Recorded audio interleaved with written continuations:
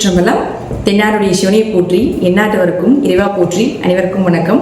நாம் இன்னைக்கு 2025ஆம் ஆண்டு மே மாதம் 14ஆம் தேதி மாறக்கூடிய குரு பெயர்ச்சியினுடைய பலன்களை பற்றி தான் பார்க்க போகிறோம். அதற்கு முன்னாடி நம்மளுடைய சேனலை சப்ஸ்கிரைப் பண்ணிக்கோங்க. மே மாதம் 14ஆம் தேதி குரு பகவான் ரிஷப ராசியிலிருந்து மிதுன ராசிக்கு பயிற்சி ஆகிறார். 5 ராசிகளுக்கு மிகப்பெரிய யோகத்தை வாரி வழங்க போறார். அதில் பார்த்துட்டீங்கன்னா உங்களுக்கு துலாம், தனுசு, கும்பம், ரிஷபம் மற்றும் சிம்மம் இந்த 5 ராசிகளுக்கு மிகப்பெரிய அதிர்ஷ்டங்களையும், மீதி இருக்கக்கூடிய ராசிகளுக்கு ஒரு மத்தியமமான ஒரு அமைப்பையும் நிச்சயமாக ஏற்படுத்தி கொடுப்பாரு அப்படிங்கிறது உண்மை. குரு அப்படின்னு சொல்லக்கூடியவர் முழுக்க முழுக்க அவர் ஒரு சுப கிரகம்.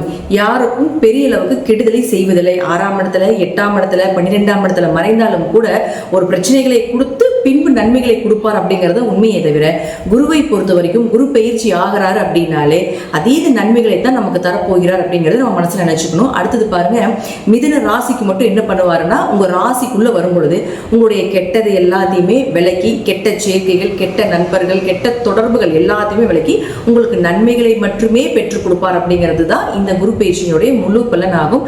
அதே போல குரு ஒரு இடத்துக்கு மாறும் பொழுது அந்த வீட்டினுடைய அந்த கிரக நிலைகள், அது மட்டும் இல்லாம அந்த துறைகள் எல்லாமே புகழடையும், பெயர் வாங்கும். அதே போல அதுல கூடிய திறமைகள் மூலமாக பரிசுகளும் பாராட்டுகளும் கிடைக்கும் அப்படிங்கறத பாத்துக்கலாம். ஜாதகத்துல உங்க ஜாதகம் எப்படி வேணா இருந்துட்டு போகலாம், என்ன தசாபுத்திகள் வேணா நடக்கலாம், என்ன மாதிரி விஷயங்கள் இருந்தாலும் கூட குரு மிதுன ராசிக்கு வரும் பொழுது புதன் சார்ந்த விஷயங்கள் எல்லாமே பிரபலம் அடைவீங்க அப்படிங்கறத உண்மை. அது நான் என்னென்ன துறைகள்னு சொல்றேன், அந்த துறைகள்ல நீங்க இருக்கீங்களா அப்படிங்கறத பாருங்க. அதுல கல்வித்துறை, ஸ்கூல் சம்பந்தப்பட்ட விஷயங்கள், இன்ஸ்டிடியூட் சம்பந்தப்பட்டது, காலேஜ் சம்பந்தப்பட்ட கல்வித்துறைகள் அனைத்துமே பிரபலமாகும். தபால் துறை, தகவல் தொடர்பு துறைகள், சுற்றுலாத்துறை, போக்குவரத்து துறை, கம்ப்யூட்டர் சார்ந்த துறைகள், பினான்ஸ் சம்பந்தப்பட்டது, ஐடி துறை சம்பந்தப்பட்டது, புதிய புதிய கண்டுபிடிப்புகள் சம்பந்தப்பட்டது, ஜோதிடம், ஆன்மீகம் சம்பந்தப்பட்டது, கலைகள் சம்பந்தப்பட்டது, அதிலே கலைகளிலும் முக்கியமானது நகைச்சுவைகள் சம்பந்தப்பட்டது, திருநங்கைகள் சம்பந்தப்பட்டது. இது எல்லா துறையிலும் இருக்கக்கூடியவர்களும் பிரபலம் ஆவாங்க. அதே போல இந்த துறையில் இருக்கக்கூடியவர்களுடைய வீட்லையும் சுப நிகழ்ச்சிகள், திருமணம் சார்ந்த விஷயங்கள், நீங்க என்னெல்லாம் சக்சஸ் பண்ணணும், டிரான்ஸ்பர் ஆகணும், என்ன மாதிரி நீங்க உங்களுக்கு சாதகமான ஒரு நற்பலன்கள் வேண்டும் அப்படின்னு நினைக்கிறீங்களோ அது எல்லாமே நடக்கும். இது குறிப்பிட்டு துலாம், தனுசு, கும்பம், ரிஷபம், சிம்மம் அப்படின்னு இருக்கக்கூடிய ராசிகளாக இருந்தால் இன்னும் நான் சொல்வதை விட மிகுந்த நற்பலன்கள் அப்படிங்கிறது நிச்சயமாக கிடைக்கும் அப்படிங்கிறதுல மாற்றுக்கிறதே கிடையாது. அடுத்தது இது சார்ந்த துறைகள் மட்டும் இல்லாம இந்த ராசியில் இருக்கக்கூடிய உங்க ஜாதகத்தை எடுத்து பார்த்தீங்கன்னாலே தெரியும். உங்க ராசியில நான் சொன்ன 5 கட்டத்திற்குள்ள எந்த கிரகங்கள் இருந்தாலும் அந்த கிரகங்களுக்கு உண்டான வளர்ச்சியும் நிச்சயமாக கிடைக்கும். அது நான் என்னென்ன அப்படிங்கறத நான் சொல்ல போறேன். இப்போ முதல்ல குரு ஒரு இடத்தில் இருந்தால் என்ன பலன்களை கொடுப்பார், அவர்களுடைய பார்வைக்கு என்ன பலன் அப்படிங்கிறதை பார்க்கலாம். அடுத்தது அந்த கிரக நிலைகளுக்கு என்ன பலன் அப்படிங்கிறதை பார்க்கலாம். நாம எல்லாரும் கேட்டதற்கு இணங்க பரிகார வகுப்பு அப்படிங்கறத நம்ம ஒன்று எடுத்துட்டு இருக்கிறோம். அது கீழே டிஸ்கிரிப்ஷன் பாக்ஸ்ல வாட்ஸ்அப் லிங்க் கொடுத்துருக்கிறோம். இது ரொம்ப எளிமையான விஷயங்கள், பொதுவான பரிகாரங்களாக, வழிபாடுகளாக இல்லாம அனைத்துமே கோவில் வழிபாடுகள், நீங்களே செய்து கொள்ளக்கூடிய ஒரு எளிமையான பரிகார வகுப்பு இது. இதுல 60க்கும் மேற்பட்ட நீங்களே தெரிந்து கொண்டு எளிமையாக செய்யக்கூடிய ஒரு விஷயங்களாக இருக்கும். இது ஜோதிடர்களுக்கு உண்டான சூட்சமமான பரிகார வகுப்பு. இதை நான் இப்போ உங்களுக்கு தரப்போற விருப்பம் இருக்கக்கூடியவர்கள் கீழே இருக்கக்கூடிய வாட்ஸ்அப் லிங்க்ல ஜாயின் பண்ணிக்கோங்க. இப்ப நாம ஒவ்வொரு ராசிக்கும் இந்த குரு பயிற்சி மூலமாக என்னென்ன நடக்கும் அப்படிங்கறத நம்ம பார்க்கலாம். விருச்சிக ராசிக்குண்டான குரு பகவானுடைய பயிற்சி பலன்களை பத்தி பார்க்கலாம். விருச்சிக ராசியை பொறுத்த வரைக்கும் பாத்துட்டீங்கன்னா 2 மற்றும் 5ஆம் அதிபதியாக இருக்கக்கூடிய குரு உங்களுக்கு 8ஆம் வீட்டுக்கு வருகிறார். குரு எங்களுக்கு 8ல மறையுதேங்க, அப்ப நல்லது இல்லையா அப்படிங்கறதுல ஒரு விதிகள் உண்டு. 8ல மறையும் போது கொஞ்சம் பண இழப்புகள் இருக்கும், கொஞ்சம் நகை ஏதாவது அடமானத்தில் வைக்கிற மாதிரி இருக்கும், அல்லது ஏதாவது நகைகள் தொலைறதுக்கு உண்டான வாய்ப்புகள், ஒரு சின்ன கெட்ட பேர் அப்படிங்கறதும் விதி. ஆனால் உங்க ராசிக்கு யார் அவர், இது லக்னத்துக்கும் கன்வெர்ட் பண்ணிக்கலாம், ராசிக்கும் கன்வெர்ட் பண்ணிக்கலாம். உங்க ராசிக்கு குரு பகவான் 2 மற்றும் 5ஆம் அதிபதி. அப்ப 2ஆம் அதிபதி போய் 8ல உட்கார்றாரு. அப்ப 2, 8 தாங்க மறைமுகமான பணம். 2ஆம் இடத்து அதிபதி 8க்கு போகும் பொழுது நேரா அது 2ஆம் இடத்தை பார்க்குது. அப்போ 2, 8, 5ங்கிறது அதிர்ஷ்டம்னு சொல்றோம். அப்ப அந்த 5ஆம் இடமும் தொடர்பு ஏற்படும் பொழுது விருச்சிக ராசிக்காரர்களுக்கு பாருங்க, இந்த வருடம் குரு மூலமாக விபரீத ராஜயோகம் நிச்சயமாக உண்டு. மறைமுக பணம், ஷேர் மார்க்கெட், யூடியூப், இன்ஸ்டாகிராம் இது போல சிறிய உழைப்பு மூலமாக பெரும் பணம் பெறக்கூடிய ஒரு அமைப்பை நிச்சயமாக ஏற்படுத்தி கொடுப்பார் இந்த குரு பகவான். 8ஆம் இடங்கிறது லாட்ரி சம்பந்தப்பட்டது. 8ஆம் இடம் அப்படிங்கிறது பாத்துட்டீங்கன்னா பிளாக் மணி, மறைமுகமாக இருக்கக்கூடிய பினாமி பணி, பினாமியோட பணம் அப்படின்னா நம்ம சொல்லுவோம் இல்லைங்களா, அது எல்லாமே இந்த 8 தொடர்பு ஏற்பட்டால் மட்டும்தான் வரும். அது மட்டும் இல்லைங்க, 8, 2, 5 இது எல்லாமே இந்த விருச்சிக ராசிக்கு இந்த குரு பயிற்சி மூலமாக மிகப்பெரிய யோகத்தை கொடுப்பதற்குண்டான வாய்ப்புகளை ஏற்படுத்தி கொடுக்கும். என்ன 8ல போய் பொதுவா மறையிறப்போ கொஞ்சம் சின்ன பிரச்சனைக்கு அப்புறம் பெரும் மனம் அப்படிங்கறத நம்ம எடுத்துக்கலாம். இது விருச்சிக ராசிக்கு உண்டான ஒரு அமைப்பு. இப்போ உங்க ஜாதகத்தை எடுத்துக்கோங்க.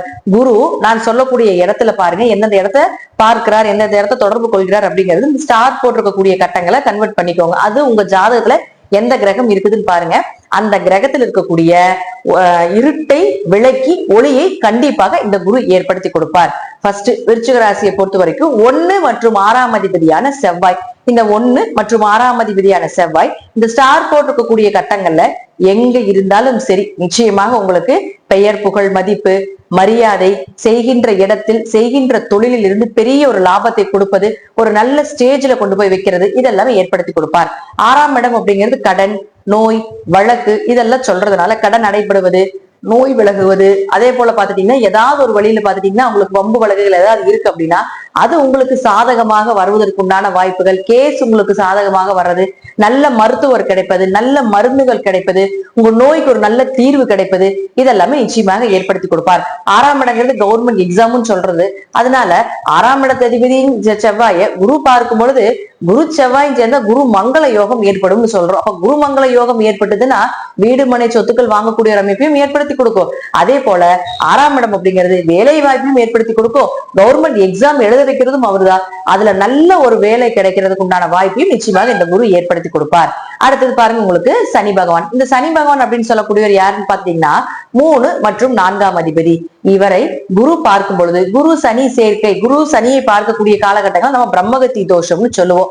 அப்ப என்ன ஆகும், கொஞ்சம் குழந்தைகள் கிட்ட கொஞ்சம் கவனமா இருங்க, குழந்தைகள் சார்ந்த விஷயத்துல கொஞ்சம் கவனமா இருங்க அப்படிங்கிற ஒரு விதிகள், பொதுவான விதிகளை எடுத்துக்கிட்டாலும் கூட இவர் உங்களுக்கு 3 மற்றும் 4ஆம் அதிபதி. முயற்சிகள் கைகூடி வருவது, காரியங்கள் ஜெயமாகுவது, உங்களுடைய சகோதரர்கள் மூலமாக ஏதாவது ஒரு உதவிகள் கிடைப்பது.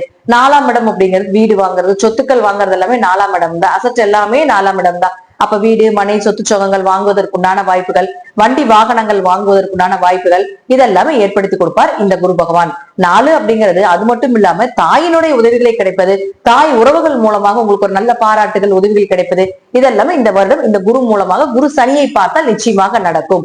அடுத்து பாருங்க, உங்களுக்கு உங்களுடைய ராசிக்கு 7 மற்றும் 12ஆம் அதிபதி. 7 மற்றும் 12ஆம் அதிபதி அப்படின்னு சொல்லக்கூடியவர் யாருன்னு பாத்துட்டீங்கன்னா சுக்கிரன். இந்த சுக்கிரனை குரு பார்த்தால், குரு சுக்கிரனை பார்த்தால் பெரும் பணம் வரும். யாருடைய ஜாதகத்துல குரு சுக்கிரனை பார்த்தா கோடீஸ்வர யோகம் எப்படி அவங்க அடைந்தே தீருவாங்க அப்படிங்கிறது அமைப்பு உண்டு. அப்போ இப்போ நமக்கு இந்த 1 வருட காலங்கள் குரு நம்ம சுக்கிரனை பார்க்கும் பொழுது நிச்சயமாக ஏதாவது ஒரு வழியில பண வரவு, கொஞ்சம் பொருளாதார வளர்ச்சிகள் நல்லா இருக்கிறது, லக்ஸரியா வாழக்கூடிய ஒரு அமைப்பு இதெல்லாமே ஏற்படுத்தி கொடுப்பார். அப்ப அவரே 7 மற்றும் 12ஆம் அதிபதி ஆகிறதுனால 7ங்கிறது திருமணம் நல்ல வரன் அமைஞ்சு வருது. இத்தனை நாள் நாங்க வரன் பார்த்தோம், நல்லாவே இல்ல, ஒன்னும் பொருத்தம் இருக்கிறது இல்ல, அல்லது குடும்பம் சரியில்லாம இருக்குது அப்படிங்கிறது ஏதாவது ஒரு குறைகள் வந்துகிட்டே இருந்தாலும் கூட இப்ப இந்த குரு சுக்கிரனை பார்க்கும் பொழுது நீங்க எதிர்பார்த்த வரன் கிடைக்கும். எந்த நேரத்துல எந்த டைம்ல நீங்க குறிக்கிறீங்களோ, முகூர்த்தம் குறிக்கிறீங்களோ அந்த நேரத்துக்கு நீங்க எதிர்பார்த்தபடி சந்தோஷமான ஒரு திருமண வாழ்க்கை நிச்சயமாக அமைந்தே தீரும். பார்ட்னர் போட்டு தொழில் பண்ணிட்டு இருக்கீங்களா, அதுல ஒரு விரிசல் இருந்தாலும் கூட அதெல்லாமே மறைவதற்குண்டான வாய்ப்பையும் ஏற்படுத்தி கொடுப்பார். 12ஆம் இடம் அப்படிங்கிறது பாத்துட்டீங்கன்னா உயர்கல்வி, அதே போல வெளிநாடு வெளியூர் போய் படிக்கிறது, இம்போர்ட் எக்ஸ்போர்ட் பிசினஸ் பண்றதுக்கு உண்டான வாய்ப்புகள் இதெல்லாமே ஏற்படுத்தி கொடுப்பார். 12ங்கிறது நிம்மதியான உறக்கம்னு சொல்றோம், தூக்கம்னு சொல்றோம். அப்ப நிம்மதியான ஒரு தூக்கம் கிடைப்பது. 12ஆம் இடம் அப்படிங்கிறது பாத்துட்டீங்கன்னா தீர்த்த யாத்திரை அப்படின்னு சொல்றோம். அப்ப தீர்த்த யாத்திரை போயிட்டு வர்றது, இது போல விஷயங்கள் எல்லாமே நிச்சயமாக ஏற்படுத்தி கொடுப்பார். பயணத்தின் மூலமாகவும் பணவரவு அப்படிங்கிறது நிச்சயமாக ஏற்படுத்தி கொடுப்பார். அடுத்து உங்களுடைய ராசிக்கு 8 மற்றும் 11ஆம் அதிபதியான புதன் பகவான். இந்த புதன் இந்த குருவினுடைய பார்வையில வரும் பொழுது நிச்சயமாக உங்களுக்கு விபரீத ராஜயோகத்தை ஏற்படுத்தி கொடுத்தே தீர வேண்டும். ஆயுள் பெருகுவது, கண்டங்கள் விலகுவது, திடீர் பணவரவை ஏற்படுத்தி கொடுப்பது. ஏன்னா 11ஆம் அதிபதி ஆகிறார் இல்லைங்களா, லாபத்துக்கு உண்டான கிரகமும் புதன் தான். அப்ப அதீத லாபம், எதிர்பார்த்ததை விட நல்ல லாபங்களை கொடுப்பது.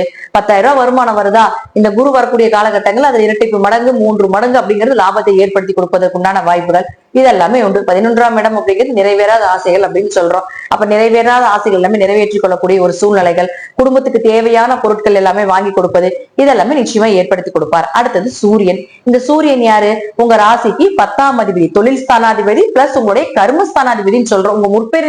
உங்களுடைய முற்பிறவியினுடைய கர்ம கணக்கை கணிக்கக்கூடியவர் யார் அப்படின்னு பாத்துட்டீங்கன்னா உங்களுக்கு சூரியன் தான்.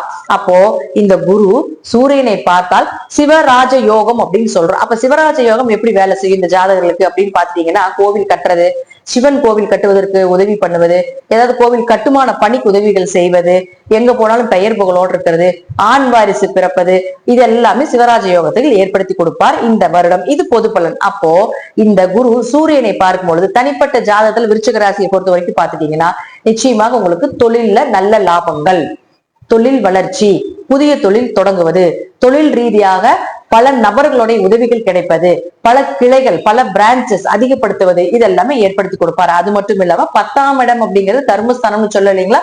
அப்போ அந்த கர்மஸ்தானாதிபதியை குரு பார்க்கும் பொழுது முற்பிறவியினுடைய பாவ கர்ம மூட்டை கழிப்பதற்குண்டான ஒரு வாய்ப்பை ஏற்படுத்தி கொடுப்பார்.